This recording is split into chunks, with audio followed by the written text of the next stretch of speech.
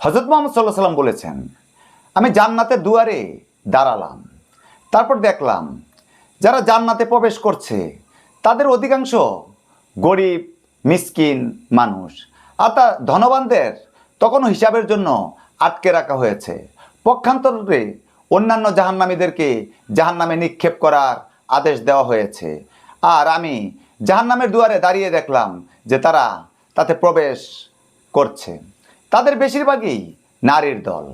বুখারী ও মুসলিম। রাসূল সাল্লাল্লাহু আলাইহি সাল্লামের কাছে সাহাবীদের কোনো কথা পৌঁছলো। তারপর তিনি ভাষণ দিয়ে বললেন, আমাদের নিকট জান্নাত ও জাহান্নাম পেশ করা হলো, ফলে আমি আজকের মতো ভালো ও মন্দ একত্রে কোনো দিন দেখিনি। যদি তোমরা তা জানতে তাহলে আমি যা জানি, তাহলে কম হাসতে আর বেশি বেশি কাঁদতে। শুধু সাহাবীদের জন্য সেদিনকার মতো কঠিনতম দিন আর কোনো দিন ছিল না। তাদের মাথা আবৃত করে কান্নায় ভেঙে পড়েছিলেন।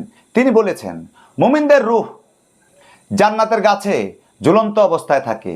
পরিশেষে কিয়ামতের দিন আল্লাহ তার দেহে ফিরিয়ে দেবেন। মালেক, নাসাই, বাইহাকি ও সহিহা। উক্ত হাদিস থেকে এই কথা প্রমাণ হয় যে